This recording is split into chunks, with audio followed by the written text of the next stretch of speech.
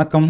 2014 அமெரிக்காவோட financial magazine, financial news channels, CNBC எல்லாம் பரபரன்னு பேசின ஒரு டாப்பிக்கு என்னென்னா, 92 வயசு தாத்தா ஒருத்தர் இறந்து போகிறாரு. அவருடைய பேர் ரொனால்ட் ரீடு.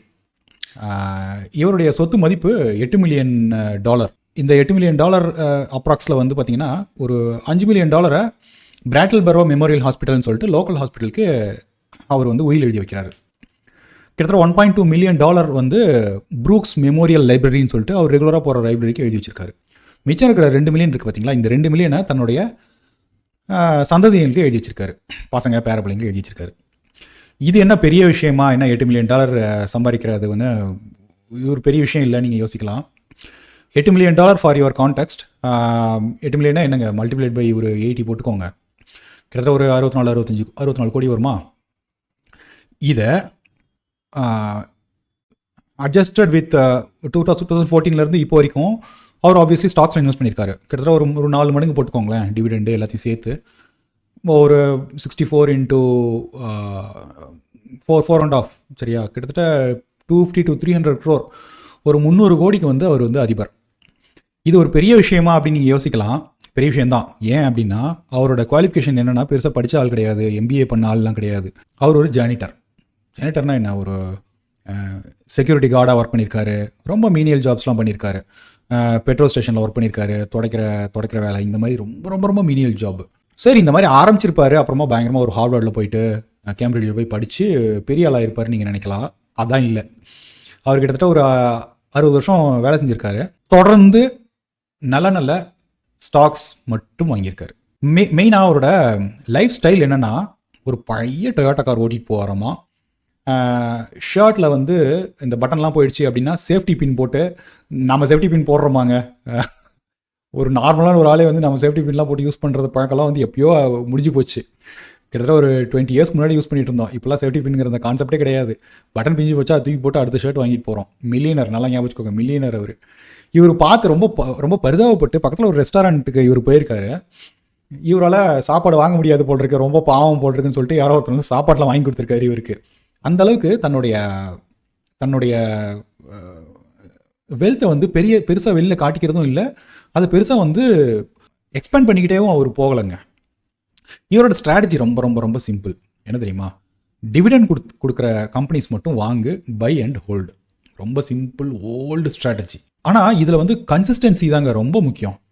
அவரோட ஸ்டாக்ஸோட லிஸ்ட் என்ன தெரியுங்களா?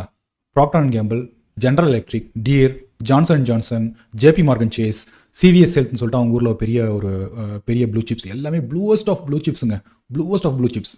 யாரெல்லாம் டிவிடெண்ட் கொடுக்குறாங்களோ, பெரிய கம்பெனியோ, எனக்கு தெரிஞ்சதை வாங்குறேன் அப்படின்னு சொல்லிட்டு. இவர் பெருசாக படிக்கல அப்படின்னாலும் கூட கம்பெனிஸ் வாங்கி அதை ஹோல்ட் பண்ணணுன்ற அந்த கன்விக்ஷன் எங்கேருந்து வந்திருக்குன்னு யோசிங்க. தொடர்ந்து அவர் நியூஸ் பேப்பர் படிச்சிருக்காருன்னு நினைக்கிறேன்.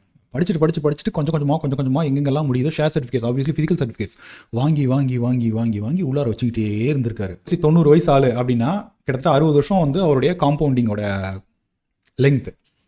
இவர் பிறந்தது 1921-1929, அந்த டிப்ரெஷன் பார்த்துருப்பாரு. இவர் வேர்ல்டு வாரில் சர்வ் பண்ணியிருக்கு. அதுக்கப்புறம் சின்ன மீனியல் ஜாப்ஸ் பண்ணிவிட்டு சைடில் இது அப்படியே வெல்த்தை கிரியேட் பண்ணிக்கிட்டே போயிருந்திருக்காரு. வியட்நாம் வார் பார்த்துருப்பாரு, 1989 மெல்டவுன் பார்த்துருப்பாரு, ஈராக்கோட Middle East tension 90s, early 90s பார்த்துருப்பாரு. அப்புறம் .com பபிள் 2000 பார்த்துருப்பாரு, ஜிஎஃப்சி ஃபினான்ஷியல் கிரைசிஸ் 2008 பார்த்துருப்பாரு. ஒரு முறையும் அவருடைய போர்ட்ஃபோலியோ பாருங்கள், 30, 40, 50, 60% கீழே ட்ரா டவுன் இருந்துக்கிட்டே தான் இருந்திருக்கும். சரிங்களா? அதையும் தாண்டி அவர் எங்கேயுமே விற்கலைங்க, பெருசாக விற்றதே கிடையாது போல் இருக்கு. அவருடைய போர்ட்ஃபோலியோ எடுத்து பார்க்குறவங்க இதுதான் சொல்கிறாங்க. சரி, இதை நம்மளாலையும் கிரியேட் பண்ண முடியுமா? இதுக்கு முன்னாடி இருக்கிற 60 இயர்ஸ் வேறு, அடுத்த 60 இயர்ஸ் வேறு அப்படின்னு சொல்லிட்டு நம்ம ஒரு சைடு ஆர்குமெண்ட் இருந்துகிட்டே இருந்திருக்கலாம். ஸோ அவர் இன்வெஸ்ட் பண்ணும்போது இதை மாதிரி தான் சொல்லியிருந்திருப்பாங்க. கரெக்டாக இந்தியாவும் யூஎஸ் மாதிரியான ஒரு க்ரோத் மார்க்கெட் உலகத்தில் இல்லவே இல்லைங்க. நான் வாங்குகிற கம்பெனிஸ் இந்தியாவோட தலை சிறந்த 30-40 கம்பெனிஸ் நான் வாங்குகிறேன்.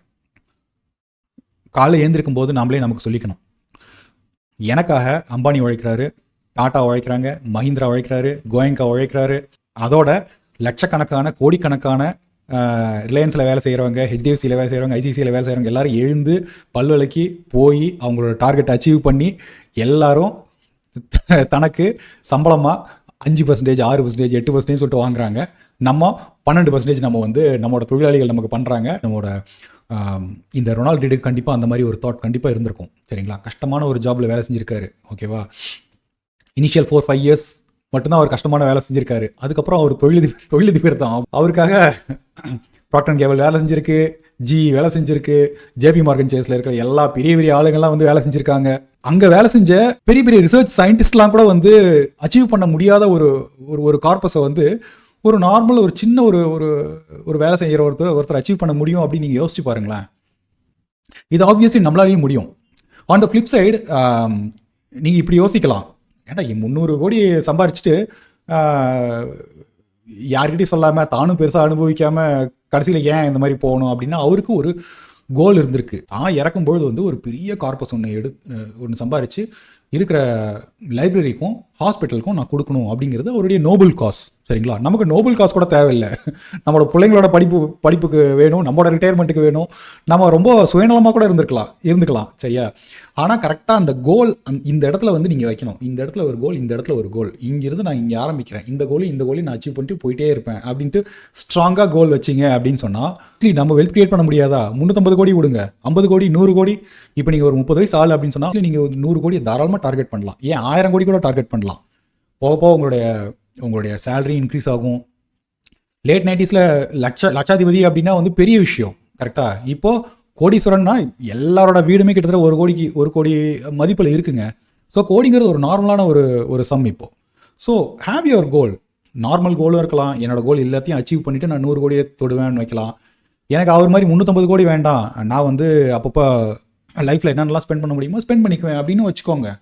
But have some set of goal இருந்ததுன்னா அச்சீவ் பண்ண முடியும் அப்படிங்கிறது தான் ரொனால்டோ ரீடோடைய ஸ்டோரி. நமக்கு தெரியாது, நம்ம டிப்ஸில் மட்டும்தான் வாங்குறோம் அப்படின்னா ஸ்டாக் இன்வெஸ்டிங் தயவு இது பண்ணாதீங்க. So if you R 30 or 25 stocks வாங்கி 2 வருஷமோ இல்லை 3 வருஷமோ நீங்கள் வந்து வேஸ்ட் பண்ணலாம், இல்லை 5 வருஷம் வேஸ்ட் பண்ணலாம். If you are already 40-45 you don't have too much of time. கரெக்டாக? இங்கே போயிட்டு ஸ்டாக்லலாம் போயிட்டு இறங்காதீங்க. டைம் மட்டும் வேஸ்ட் பண்ணாதீங்க. காம்பவுண்டிங் வந்து you have lesser time to compound if you are 40-45. அதை மட்டும் ஞாபகம் வச்சுக்கோங்க. ஸோ 40 இருக்கிறவங்க எல்லாரையுமே வந்து நான் சொல்கிறது, கெட் அன் அட்வைசர் ஆர் ஒரு PMS எடுத்து போடுங்க. ஸ்டாக்ஸ் நீங்களாக தேடாதீங்க. If you are 25-30 start with mutual funds. உங்களுக்கு அந்த இன்ட்ரெஸ்ட் இருக்குது அப்படின்னா பர்சீவ் பண்ண முடியும். தினமே 4 hours 5 hours 6 hours என்னால் ஸ்பெண்ட் பண்ண முடியும். ஃபண்ட் மேனேஜர் எல்லாம் பீட் பண்ணுற அளவுக்கு எனக்கு ஸ்கில் இருக்குது அப்படின்னா நீங்கள் ஒரு 2 வருஷம் 3 வருஷம் வேஸ்ட் பண்ணுறதுக்கு நீங்கள் ரிஸ்க் எடுக்கிறீங்க அப்படின்னா ரிஸ்க் எடுங்க. சரியா? அவ்வளோதான். ரொம்ப சிம்பிளுங்க. Get good flexicap funds, take them to your goals, just right through. சரிங்களா? ஹோப் ரொனால்டோ ரீடோட கதை உங்களுக்கு இன்ஸ்பைரிங்காக இருந்திருக்கும்னு நம்புகிறேன்.